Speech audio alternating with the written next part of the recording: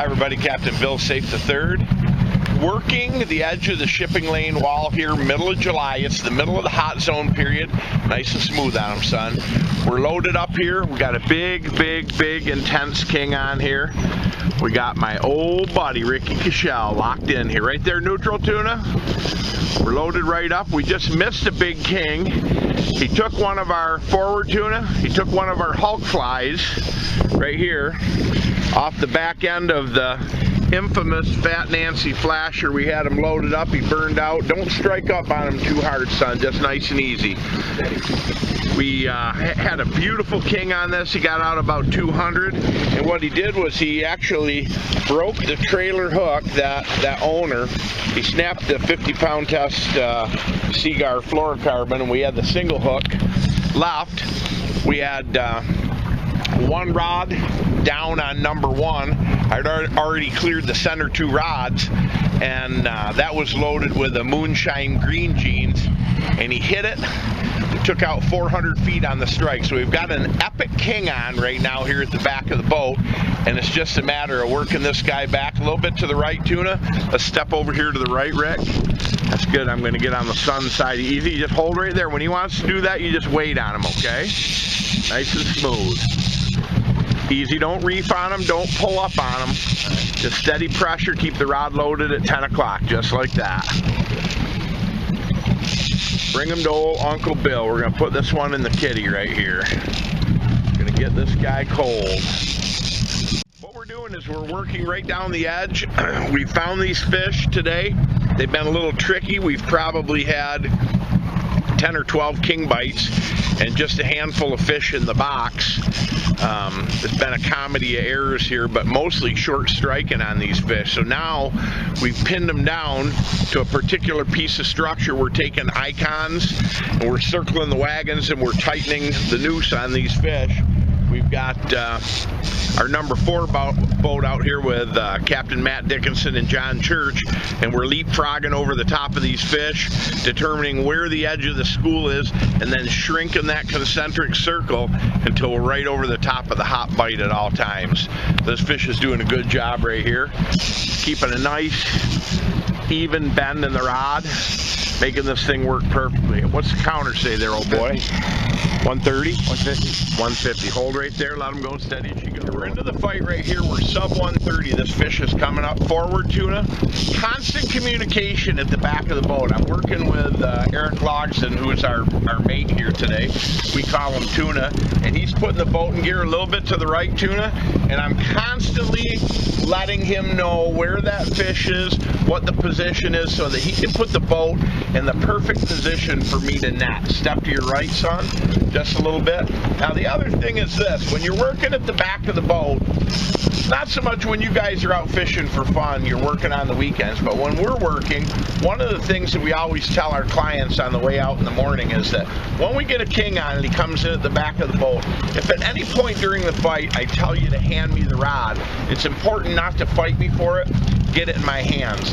After 36 years, we'll anticipate many times what a king's going to do before he does it. And if he's going around a dipsy diver wire, around a cable that's in the water, we'll take that rod, back spool it, take pressure off the fish, because if they touch anything mechanical while they're under pressure, you're absolutely going to break that line and cut that fish off, and you don't want that to occur. The other thing is, you can see my position in the net right here, neutral. Everybody wants to get ready really early on these fish, and there's no need for it. But when it does come time to net, you stand here, notice how I'm holding the basket in the net, I'm pinning it here. Forward, tuna. I do that because I want to make sure that the net's up and out of the way. If all of a sudden that fish goes this way, we can make a quick move. We can move here, we can move back on this side of the boat. If you're here like this, waiting for a fish that's still 40, 50 feet away, you're stuck in the downriggers. You can't go anywhere. You're going to lose a fish. So you keep it just like this. Once the fish starts to come in at the back of the boat, if that fish is over here on the starboard side, we put the angler right where he is. He's going to face the fish, and then the guy with the net, he works between the fish and the angler. That's so that as the fish come comes to net, he's netting across. That way if the hook comes out, the hook's going to go by the net man, and it's going to go by the guy with the rod. Nobody's going to get a hook dead center here in the middle of the ice. So it's very, very important. The other thing is, we've had some issues. Here's a salmon landing net that's got a curved basket. People may not know this, but see how that net sits with this trailing edge dipping forward? When you dip a king, you don't want to dip it with that trailing edge down because the basket's open. If the fish feels the nylon, he can spin and go out of the net. You want to make sure that you're holding this netting back and that you dip with the edge high. Then you come in underneath the fish, and as you raise it, it creates an automatic basket in the net, and it's impossible for that fish to get out of there. So if you've got one of these nets that has a basket that's shaped in the fashion that this is, you can see where it slopes. You make sure that the slope of that net, the leading edge, is turned up when you're netting those fish. What's he at, lad? Okay, we're sub 80 feet on this forward tuna. Anybody who's watched any big kings come in on any of my videos know that the smaller mature fish are going to go out, they're going to burn out, and they're going to lay out on the surface. The true denizens of the deep are going to burn out on the surface, easy, don't reef on them hard, coming up wind right there, and then they're going to sulk, they're going to go right straight down. Anytime you're fighting after a 10 or 15 minute king battle, a fish deep at the transom, you know you've got a big fish on, so you want to be ready. That's a fish you want to pay close attention to because he's a derby fish, he's got weight. Hailey Kaschel, a good buddy of mine, but fished with me about 10 years. Easy on him, working right here. Wind down. Easy, wind down again. Easy, hold, just like that. Wind down. Easy, nice and smooth. Wind down. We're sub 40 here, guys, so it's getting to the business end. Forward, tuna. Come on right here, Jay, if you need to come in to look you down in the water. I want you to see this as soon as we see the fish. We're watching right here. Neutral tuna. Watching right here, following the action. Keep your hand on that. Don't get jiggy with them here at the end. I want you right in tight on this all the time. Forward to the left a little bit, tuna here.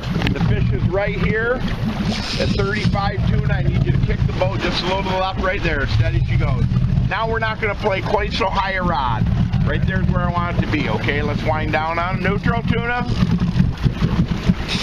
What we're doing right here is I told him not to play so high a rod. Forward tuna, and that's because when the fish is steep and he gets under 30 feet, I don't want such high rod pressure on the fish's mouth. So we're going to drop that rod tip down to about 9 o'clock, but we're still going to keep the same amount of bend in that rod. Neutral, fish is coming right here.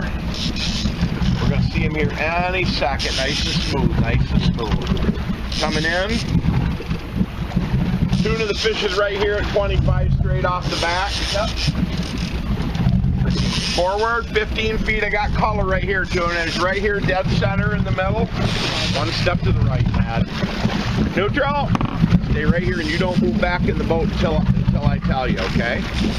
Stay right here, and you know the deal. If I tell you hand me the rod, you just give it to me. Easy, don't reef so much, okay? Just because he's here at the back of the boat, we wind. Everything we've done to bring him to the dance, we continue doing. Wind down. Big mega king, tuna, mega king. Wind down. Stay here. I didn't say move. Raise your rod tip, lad. Raise your rod tip back up, and we lay him right in the basket. You can see, take a look at this right over here at the size of this king. As soon as that basket, that steep edge goes, and you lift, it collapses. He's in a bucket. He can't get out of there. That fish cannot get out of the net. Now, here's the other thing where people go wrong. They back way up and they grab this and they try to lift the net in. You come in, you grab the net here, you collapse it, you bring that fish in. Look at the size of that king. No question that he was going to be an absolute jumbo. There's the moonshine green jeans. He ate it down in the corner of the mouth. We could have dragged him all the way to Henshin's Marina, but we didn't know it at the time. So we still had to keep with the proper protocol and fighting that fish exactly the way it should be to ensure that he gets in the net. Let's get him out of here. give you a picture. There's a great fish. Perfect example of an absolute jumbo. Came deep.